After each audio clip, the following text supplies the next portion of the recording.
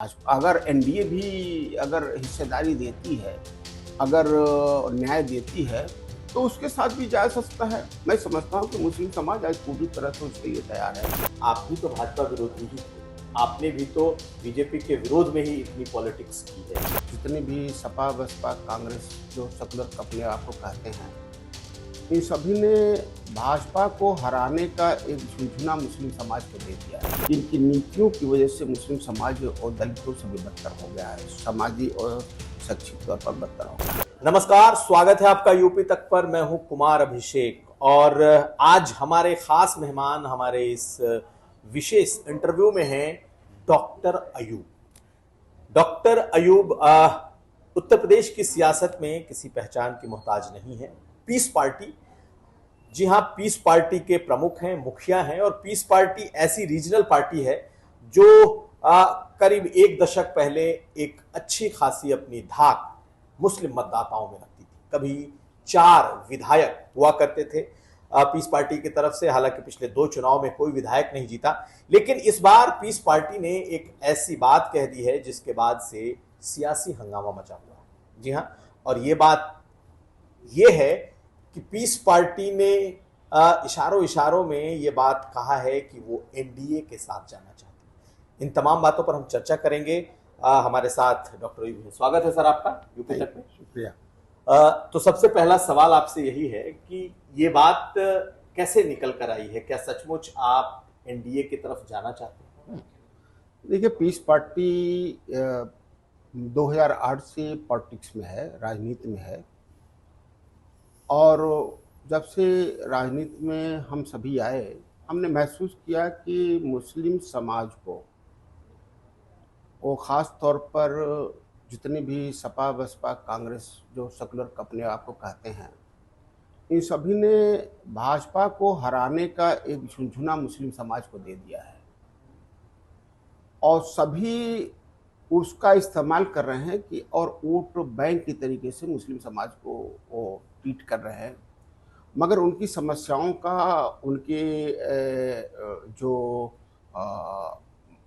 उनकी हिस्सेदारी का और उनके न्याय की और उनकी तरक्की की कोई बात नहीं करते। और जब भी सत्ता में आते हैं तो उनको न्याय नहीं देते और न उनकी हिस्सेदारी देते हैं। और यही वजह है कि आज़ादी के बाद से आज तक मुसलमान जो है उसी झुंझुने के साथ चल रहा है कि उसे भाजपा को हराना है। और जो भी पार्टी आती है, चाहे वो समाजवादी है, बसपा है, कांग्रेस है, वो इसी नारे पर सारा मुस्लिम वोट ले रही है। और मैं तो कहूँगा कि मुस्लिम वोट लूटने का काम कर रही है, क्योंकि वो ही काम कर रही है जो और सभी दल कर रहे हैं। तो ऐसे में आज मुस्लिम समाज ये सोचने को मजबूर है कि चाहे वो सपा हो, बसपा हो, कांग्रेस हो या भाजपा हो, इन दोनों की नीतियों में कोई फर्क नहीं है। उसको हिस्सेदारी नहीं देना चाहते, उसके विकास के लिए कोई कार्य नहीं करना चाहते। अगर आप आंकड़े को देखेंगे तो सेकुलर जो कहते हैं अपने आप को, वो सत्ता में रहे, मगर सच्चर कमेटी, रंगनाथ मिश्रा कमीशन ये कहती है कि इनकी नीतियों की वजह से मुस्लिम समाज और दलितों से भी बदतर हो गया है, समाजी और शैक्षिक तौर पर बदतर हो गया है। लेकिन डॉक्टर साहब, मैं आपको रोकता हूँ। आप भी तो भाजपा विरोधी ही थे। आपने भी तो बीजेपी के विरोध में ही इतनी पॉलिटिक्स की है। अब ऐसा क्यों आपका हृदय परिवर्तन हो रहा है कि आप बीजेपी की तरफ, एनडीए की तरफ जाना चाहते हैं?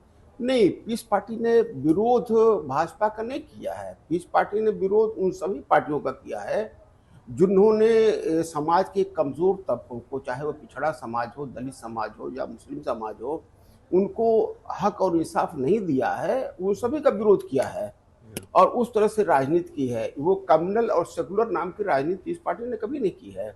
ऐसा नहीं किया है कि वो सिर्फ मुस्लिम वोटों के लिए काम किया हो और सिर्फ मुस्लिम के लिए काम किया, बल्कि पहचान और पैठ तो आपकी मुस्लिम में ही रही है ना, पसमानदाओं के बीच ही रही है ना। तो आखिर ऐसा कौन सी बात आपको बीजेपी में समझ में आ रही है जो आपको लगता है कि अब आपकी पार्टी को एनडीए या बीजेपी में जाना चाहिए? नहीं है। जो अभी 75 साल का अगर हम सर्वे करें, अगर हम उस पर सेकुलर जो पार्टियां हैं उसकी राजनीति की और सत्ता में जो निर्णय है, उनकी नीतियों का हम अगर गहन अध्ययन करें, तो हमें ये पता चलता है कि इन सभी का काम जो है वो सिर्फ मुस्लिम वोट को लेना है। और आज मुस्लिम वोट एक वोट बैंक बन गया है, उनका गुलाम बन गया है। वो जानते हैं कि मेवा जाएगा कहाँ, क्योंकि जब ये सोच लिया है कि मुस्लिम वोट सिर्फ भाजपा को हराने के लिए है, तो उनके पास कोई विकल्प नहीं बनता है। तो हमारा यही कहना है कि राजनीतिक तौर पर चाहे वो सपा हो, बसपा हो, कांग्रेस है, अब ये समझ में आ रहा है कि सभी बराबर है, भाजपा भी बराबर है, कोई फर्क नहीं है दोनों में। मगर अगर भाजपा, अगर एनडीए भी अगर हिस्सेदारी देती है, अगर न्याय देती है, तो उसके साथ भी जा सकता है। मैं समझता हूँ कि मुस्लिम समाज आज पूरी तरह से उसके लिए तैयार है, क्योंकि वो धोखा खाता रहा ना, सभी सेकुलर पार्टियों से धोखा खाता रहा। सभी ने उसके विकास के लिए, उसको न्याय के लिए, उस पर हो रहे अत्याचार के लिए सभी ने वादा तो किया, मगर किसी ने अपने वादे को पूरा नहीं किया। इसलिए मुस्लिम समाज पूरी तरह से, पीस पार्टी नहीं बल्कि पूरा मुस्लिम समाज वो जागरूक है कि आखिर सत्ता में बैठे लोगों से हम लड़ाई क्यों लें, और किसके लिए लें। अपने लिए लड़ाई लेना हो तो ठीक है, पर अपने लिए नहीं लड़ा रहा है, जिसके लिए लड़ाई वो ले रहा है वो तो उससे भी बड़ा दुश्मन है, वो भी उसको न्याय नहीं दे रहा है, तो हम किसी से दुश्मनी और दोस्ती क्यों लें। इसलिए पीस पार्टी का ये मानना है, आज पूरे मुस्लिम समाज का ये मानना है कि चाहे वो भाजपा हो या सपा, बसपा, कांग्रेस हो, ये बात तो अलग अलग कर सकते हैं, मगर सत्ता में आने के बाद सबकी कार्यशैली एक ही है, और वो है मुस्लिम विरोधी। सब मुस्लिम विरोधी है। तो जो हमें हिस्सेदारी दे और जो हमें विकास का अवसर दे और जो हमें न्याय दे, चाहे वो एनडीए हो, इंडिया हो या बसपा हो, हम उसके साथ से। प्रशांत, आपका सवाल। प्रशांत हूँ इंडिया टुडे से। मेरा सवाल डॉक्टर साहब ये है कि आपकी जो पॉलिटिक्स रही है वो गोरखपुर बेल्ट के आसपास रही है। खलीलाबाद में आप पॉलिटिक्स करते हैं, बस्ती में भी आप रहते हैं, गोरखपुर में भी एक्टिव हैं। क्या योगी आदित्यनाथ के दोबारा चीफ मिनिस्टर बनने के बाद आपको ये रियलाइज़ हुआ, क्योंकि आप गोरखपुर से आपका कनेक्शन है, तो क्या इसी कनेक्शन से अब आपको भाजपा के प्रति सॉफ्ट कॉर्नर बढ़ रहा है, क्योंकि आपको लगता है कि शायद योगी जी की वजह से गठबंधन हो जाए और हम भी पसमानदा पॉलिटिक्स भाजपा के साथ कर लें? नहीं, देखिए, पीस पार्टी ऐसी पार्टी नहीं है कि जो सिर्फ पूर्वांचल में है।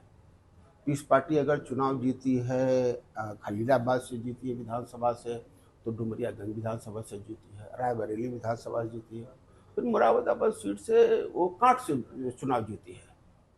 और दूसरे नंबर पर मैं समझता हूँ कि कम से कम 5 जगहों पर हम पश्चिम इलाके में रहे हैं, आगरा में रहे, तो पीस पार्टी पूरे प्रदेश में विद्यमान है, 208 सीटों पर नहीं, हम मेरा चुनाव सवाल लड़े था हैं। कि क्या योगी जी से प्रभावित हैं या कुछ उनकी बात आपको बेहतर लगी, या जो सरकार की योजनाएं हैं वो आपको लग रहा है उसका अच्छा डिस्ट्रीब्यूशन हो रहा है सबके बीच, नहीं, मुस्लिमों के बीच में? योगी जी का तो इतना ही मैं सकता हूँ कि जिस महीने योगी जी आए हैं, उस महीने के दूसरे महीने में हमें बलात्कार के झूठे मामले में जेल भेज दिया। मैं 3 महीने जेल रहा। मोदी जी अभी फर्जी तौर पर हमें एनएसए और राजद्रोह में जेल भेजा 2019 में, और मैं फिर 3 महीने जेल रहा। और ये फर्जी इतना रहा कि एनएसए ने जो कमेटी बनती हाई कोर्ट की, उन्होंने खारिज कर दिया, और जो पूरा एफआईआर है वो हाई कोर्ट ने खारिज कर दिया, क्योंकि पूरी तरीके से झूठा मामला था। मतलब और आपकी एंटी मैं योगी पॉलिटिक्स रही? नहीं, मैं एंटी मोदी का, किसी एंटी योगी, एंटी योगी पॉलिटिक्स का मेरा मतलब बिल्कुल नहीं है। मैं तो उन लोगों के साथ हूँ जो समाज के कमजोर तबकों से बिलोंग करते हैं। तो फिर भाजपा से कैसे अलायंस होता है? यूपी में तो सीएम योगी का ही बोलबाला है। मैं तो समझता हूँ कि अगर भाजपा को ये चाहती है कि उसे सिर्फ मुस्लिम विरोध से ही सरकार में नहीं आ सकते हैं, उन्हें मुस्लिम वोटों की भी ज़रूरत है, तो मैं समझता हूँ कि ऐसे लोगों के साथ उन्हें गठबंधन करना चाहिए, जो, और उन्हें हिस्सेदारी देना चाहिए जो उन्हें वोट दिला सके। लेकिन अयूब साहब, आप एक तरफ कह रहे हैं कि योगी सरकार के आने के तुरंत बाद आपको जेल भेजा गया, फर्जी मुकदमे में फंसाया गया, एनएसए लगाया गया, मतलब आपके ऊपर तरह तरह के इल्ज़ाम लगे, आरोप लगे, बावजूद इसके आपको बीजेपी से परहेज नहीं है। और दूसरी बात ये कि ये कैसी पॉलिटिक्स है कि एक तरफ जब मुस्लिम समाज सोच रहा है विकल्प, जैसे कि बात आ रही है कि भाई चलो इस बार केंद्र में कांग्रेस की चर्चा चल रही है कि भाई कांग्रेस की तरफ मुस्लिम समाज जाएगा, आप बीजेपी की बात कर रहे हैं। देखिए, बिल्कुल एकदम साफ है ना, एक बात बिल्कुल साफ है। अगर ये नहीं है कि समाजवादी पार्टी पीस पार्टी की मदद करती है, समाजवादी पार्टी तो सबसे पहले हमारे प्रत्याशियों का मुझे हराने के साथ पूरे प्रयास करती है। बसपा पूरा प्रयास करती है कि मैं चुनाव न जीत पाऊं। सपा बसपा को प्रयास करती है कि मैं चुनाव नहीं जीत पाऊं। सारे मुस्लिम कैंडिडेट को उतारते हैं हमारे खिलाफ, और हमारे खिलाफ चाहे किसी कोई जीत जाए मगर हमें हराने का पूरा प्रयास करते हैं। क्योंकि सबसे बड़ी समस्या तो ये है कि जिन्हें मुस्लिम वोट, जिन लोगों ने अपना वोट बैंक बना रखा है, वो मुस्लिम समाज जो बिना कुछ किए उन्हें वोट दे रहा है, वो कैसे चाहेंगे कि उनको हिस्सेदारी दी जाए, और वो कैसे चाहेंगे कि मुस्लिम समाज पीस पार्टी के नेतृत्व में इकट्ठा हो जाए और अपनी हिस्सेदारी मांगे। तो मैं समझता हूँ कि सबसे बड़े दुश्मन मुस्लिम समाज के और मुस्लिम हित के सबसे बड़े दुश्मन तो वो पार्टियां हैं जो मुस्लिम वोटों को अपना गुलाम बना के रखना चाहती है, उन्हें वोट बैंक बना कर रखना चाहती है। बीजेपी मुस्लिम पार्टियों की या मुस्लिम समाज की दुश्मन नहीं लगती आपको? नहीं, बीजेपी दुश्मन नहीं है, वो तो दुश्मन इसलिए है कि वो अपने वोटों को पोलराइज करना चाहती है। उससे दुश्मनी क्या है? पीस पार्टी से उससे दुश्मनी नहीं है, मगर पीस पार्टी से इसलिए दुश्मनी है कि वो चाहते हैं कि अगर पीस पार्टी के मुखिया को हम जेल भेजेंगे तो हमारा वोट बैंक बढ़ेगा। तो ये राजनीति किसी पर्सनल दुश्मनी से नहीं है, न पीस पार्टी से किसी दुश्मनी है, न हमें किसी से दोस्ती है, न दुश्मनी है। जो हमारा साथ देता है दोस्ती है, जो नहीं साथ देता वो दुश्मनी है। तो उन लोगों की दुश्मनी सिर्फ इतनी है, कोई वोट बैंक प्रोटेक्ट करने के लिए, बनाए रखने के लिए पीस पार्टी के साथ दुश्मनी करता है, अब कोई आदमी पोलराइज करने के लिए पीस पार्टी से दुश्मनी करता है और हमें जेल भेजने की कोशिश करता है।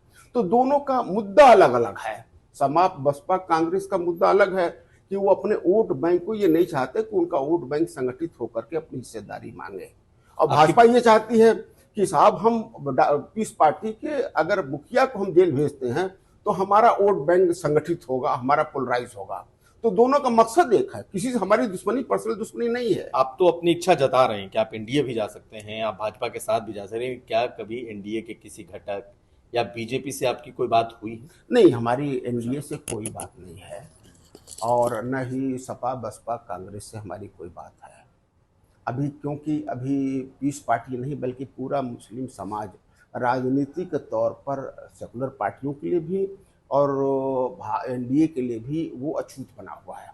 कोई आदमी उसका नाम लेना नहीं चाहता, मुस्लिम समाज की समस्याओं पर जिक्र नहीं करना चाहता, उस पर बहस करना नहीं चाहता, उसको हिस्सेदारी देना नहीं चाहता। तो मुस्लिम समाज अगर अछूत बना हुआ राजनीतिक तौर पर सभी सेकुलर पार्टियों के लिए, तो फिर मुस्लिम समाज का और समाज के जो पिछड़े और कमजोर तबके के लोग हैं उनका नेतृत्व अगर पीस पार्टी करती है तो उसको तो अछूत बना के रखेंगे, उसको हिस्सेदारी क्यों देंगे ताकि वो मजबूत हो जाए। और मगर मैं समझता हूँ कि ये बहुत दिन तक नहीं चलेगा। समाज अगर संगठित होगा तो बहुत दिन तक ये राजनीति, पोलराइजेशन की राजनीति और वोट बैंक की राजनीति बहुत दिन तक नहीं चलेगी। मुस्लिम समाज अब जागरूक हो रहा है, वो विकल्प ढूंढेगा, कोई न कोई विकल्प ढूंढ करके राजनीति में अपनी हिस्सेदारी। इससे जुड़े मेरे दो सवाल हैं। पहला सवाल तो ये कि जो आप बात कर रहे हैं कि जो सेकुलर पार्टियां जो अपना वो कहलाती हैं, उन्होंने मुस्लिम का वोट तो लिया लेकिन उनको रिप्रेजेंटेशन नहीं दिया, तो यही बात तो ओवैसी भी करते हैं। तो ओवैसी की पॉलिटिक्स से आपकी पॉलिटिक्स कैसे डिफरेंट है? हमारी पॉलिटिक्स बिल्कुल डिफरेंस है ना। हम उन मुद्दों पे कहते हैं, उन मुद्दों की बात करते हैं जिससे समाज का विकास हो। हम कोई भी जज्बाती मुद्दे हम नहीं, पीस पार्टी कभी जज्बाती मुद्दे नहीं करती। हमारे संविधान ने समाज के विकास के लिए सिर्फ एक तरीका बताया है, वो है आरक्षण। तो हम ये कहते हैं कि संविधान के हिसाब से आरक्षण मिलना चाहिए। अगर भाजपा ये कहती है कि हम पसमानदा मुसलमानों के विकास की बात करते हैं, जो समाज के दलित और पिछड़े मुसलमान हैं, जो करीब करीब 80% मुसलमानों में है, उनकी संख्या है, अगर सही मायने में उसकी नीयत ठीक है तो दलित मुसलमानों को अभी अनुसूचित जात का आरक्षण नहीं है, धर्म के आधार पर उन पर विभेद हुआ है जो हमारे संविधान के खिलाफ है और 2007 से इस पर सुप्रीम कोर्ट में मुकदमा चल रहा है। तो मैं समझता हूं कि अगर सही में आप विकास करना चाहते हैं तो उनको न्याय दीजिए। तो मैं तो कोई तुष्टिकरण नहीं चाहता, मैं तो चाहता हूं समाज के सभी वर्गों को हमारे संविधान के हिसाब से और देश की जो राजनीति है उसके हिसाब से उनको हिस्सेदारी मिले, उन्हें न्याय मिले, और ये पीस पार्टी करना चाहती है। आप काफ़ी पढ़े लिखे व्यक्ति हैं, डॉक्टर रहे हैं, आपने मेडिकल लाइन में इतना लंबा अनुभव रहा, लेकिन आपकी पॉलिटिक्स पर मैं पढ़ रहा था तो मैंने देखा काफ़ी विवाद भी आपके साथ जुड़े रहे। 2017 में, 2018 में आपको जेल भी जाना पड़ा। तो ऐसा क्यों, मतलब क्यों? और आपका किसी भी दल से बहुत कभी बना नहीं, सपा की सरकार रही हो चाहे योगी आदित्यनाथ की सरकार रही हो। तो एकदम बिल्कुल बात बिल्कुल साफ है कि हमारी अभी जो मेडिकल कैरियर है वो करीब 40 साल हो गए हैं, और जब तक मैं सिर्फ डॉक्टर था तो हमारे खिलाफ एक एप्लीकेशन भी किसी थाने में नहीं गया था। तो मैं समझता हूं कि मैं तो सेकुलर पार्टी जो कहे जाते हैं उनके लिए मैं सबसे बड़ा खतरा हूं, और अगर आप कम्युनल पार्टी की बात करेंगे उनके लिए भी मैं बहुत बड़ा खतरा हूं। दोनों हमें जिंदा तो नहीं रहना देना चाहेंगे ना। तो जिसकी भी सरकार आती है, हमारे पास बलात्कार का झूठा मुकदमा, जो मरी हुई लड़की कभी मर गई थी उसका 2017 बलात्कार का मुकदमा, उसका मुकदमा तो हमारे अखिलेश यादव की सरकार ने कराया। 15 झूठा, फरवरी 2017। हाँ, वो झूठा मुकदमा उसने कराया ना, और उन्होंने मुकदमा कराया और आए, इन्होंने आए तो जेल भेज दिया। मन न वो दोस्त है न वो दोस्त है। मैं तो ये कह रहा हूं कि दोनों पीस पार्टी के और डॉक्टर अयूब के दुश्मन है, क्योंकि एक वोट बैंक मुस्लिम समाज को बनाए रखना चाहता है और हम उसको, मुस्लिम समाज को न्याय और अधिकार दिलाना चाहते हैं, ये हमारे दुश्मन है। और दूसरे जो एनडीए और भाजपा के लोग हैं वो इसलिए दुश्मनी हमसे साधते हैं क्योंकि अगर वो डॉक्टर अयूब को जेल भेजेंगे तो उनका वोट पोलराइज होगा, इकट्ठा होगा। अब ये आप बताइए कि आप बीजेपी की भी बात कर रहे हैं, तो ऐसी कौन सी बात आपको बीजेपी में दिख रही है, कौन सा ऐसा उसका काम दिख रहा है कि आप मुसलमानों को ये समझा लेंगे कि आप बीजेपी के साथ चलो, ऐसी स्थिति में जबकि मुसलमान पूरी तरीके से बीजेपी के खिलाफ वोट करता रहा है? नहीं, आपको कौन सी ऐसी नहीं, गलत, अब गलत है, क्योंकि 75 साल से मुसलमान भाजपा को हराते वो समझ गया है कि भाजपा को हराने और सत्ता में बैठे लोगों से दुश्मनी से उसका कोई फायदा नहीं है, उसको एडवांटेज नहीं मिल रहा है। और जिनको उन्होंने सरकार बनाई है उन लोगों ने तो उन्हें दलितों से भी बदतर बना दिया है, वो तो उनका नाम भी नहीं लेना चाहते। तो अब तो बिल्कुल उसके दिमाग में एकदम साफ हो गया है। देखिए, एक अंग्रेजी में कहावत है कि you can make a fool small people for the large time, large people for small time, but not all the people for all the time. पूरे मुस्लिम समाज को 75 साल से आपने भाजपा को हराने का झुंझुना दे दिया, वो अब समझ गया है। ज्यादा दिन तो उसको बेवकूफ नहीं बनाया जा सकता। अब उसे हिस्सेदारी चाहिए, अब उसे अपना इंसाफ चाहिए, उसका हक चाहिए जो संविधान के हिसाब से हर नागरिक को मिलता है, वो उसको हक आपको चाहिए। लगता है कि मुसलमानों को लेकर के जो बीजेपी को लेकर जो मुसलमानों के मन में एक डर, एक संशय, एक खौफ था, वो हट गया है, या आप जैसे लोग जुड़ेंगे तो हटेगा? मैं समझता हूं कि ये प्रयास करना चाहिए भाजपा को, क्योंकि अगर भाजपा हिंदुत्व में विश्वास करती है, भाजपा राष्ट्रीयता में विश्वास करती है, तो मुस्लिम समाज इस देश का नागरिक है, उसके साथ अन्याय नहीं करना चाहिए। चलिए, आपने आरक्षण की बात कह दी कि आपका मुद्दा है आरक्षण का है, मुस्लिमों को, दलितों के जो पसमानदा हैं, जो दलित मुस्लिम जातियां हैं, उनके आरक्षण की बात है शेड्यूल्ड कास्ट के स्तर पर। लेकिन बीजेपी तो मुस्लिम आरक्षण का विरोध करती है। आप देखिए, जहां जहां आरक्षण है वहां वहां उस आरक्षण को खत्म करने की बात कर रही है, उनके एजेंडे में है। तो आखिर आप कैसे दोनों बातों को लेकर के चलें कि आप बीजेपी के साथ जाएं, मुसलमान आरक्षण की भी बात करें? नहीं, ऐसा ना। देखिए, संविधान में हमारे, अगर आप संविधान में, तो चूंकि IAS अलाइड ऑफिसर रहा हूँ, मैं संविधान जानता हूँ। संविधान ने किसी एक कमजोर तबके को, जो समाज कमजोर है सामाजिक और शैक्षिक तौर पर, उसके विकास का एक ही तरीका बताया है, वो आरक्षण। और अगर आरक्षण नहीं मिलेगा तो समता नहीं होगा। जो हमारा सोशलिस्टिक और सेकुलर जो हमारा ये संविधान है और डेमोक्रेटिक जो संविधान है, इसमें आरक्षण जो सबसे प्राइम है। लेकिन बीजेपी तो उसके विरोध में है ना, धर्म के आधार पर आरक्षण के। धर्म के आधार पर आरक्षण का, धर्म के आधार पर उसका आरक्षण लिया गया है। मैं तो ये कह रहा हूं ना, धर्म के आधार पर, अनुसूचित जात में धर्म के आधार पर मुस्लिम समाज का आरक्षण लिया गया है। जो इसका विरोध कर रही है, तो भाजपा की सरकार आने के बाद अगर धर्म में विभेद नहीं करना चाहती तो सबसे पहले उसे अनुसूचित जात में मुस्लिम समाज को, जो धर्म के नाम पर उसको रोका गया है, उसको आरक्षण देना चाहिए। वही तो नहीं दे रही ना बीजेपी, उसके खिलाफ है ना सैद्धांतिक तौर पे। तो आप मेरी बात आप नहीं कर। मैं ये कह रहा हूं कि अगर आप धर्म के आधार पर, संविधान ने कहा धर्म के आधार पर न कुछ किसी को दिया जा सकता न लिया जा सकता है, और अगर धर्म के आधार पर विभेद नहीं करना चाहती भाजपा, तो धर्म के आधार पर अगर कांग्रेस सरकार ने मुस्लिम समाज को अगर आरक्षण नहीं दिया है, अनुसूचित जात को, तो उससे सबसे पहले इस धर्म के विभेद को खत्म करना चाहिए। इस धर्म को विभेद करके अब मुस्लिम समाज और क्रिश्चियन समाज को अनुसूचित जात का आरक्षण देना चाहिए, क्योंकि यही सी बात तो कह रहे हैं, जो आप बात कह रहे हैं वही कह रहे हैं। सैद्धांतिक तौर पर बीजेपी इसके खिलाफ है। नहीं, बीजेपी इसकी समर्थक है। बीजेपी कह रही है कि हम धर्म के नाम पर किसी को कोई दिन नहीं दे सकते, तो हम धर्म के आधार पर नहीं मांग रहे हैं ना। हम तो ये कह रहे हैं कि अनुसूचित जात में मुसलमानों को धर्म के नाम पर आरक्षण इनका रोका गया है कि मुस्लिम समाज का है। तो मैं ये कह रहा हूं कि अगर धर्म के नाम पर विभेद अगर भाजपा नहीं चाहती है तो वो तो उसके एजेंडे में है, तो फिर मुस्लिम समाज को और ईसाई समाज को वो अनुसूचित जात का आरक्षण उन्हें देना चाहिए। बिल्कुल, अब हम अपने आखिरी दौर में हैं। ये बताइए कि क्या कांग्रेस पार्टी, जो कि उत्तर प्रदेश में एक नए सिरे से समझती है कि वो अपनी पार्टी को खड़ा कर पाएगी, जान फूंक पाएगी, आपको लगता है कि कांग्रेस पार्टी की तरफ मुसलमानों का झुकाव बढ़ रहा है और मुस्लिम अब कांग्रेस पार्टी की तरफ ज्यादा देख रहे हैं, ऐसा लग रहा है?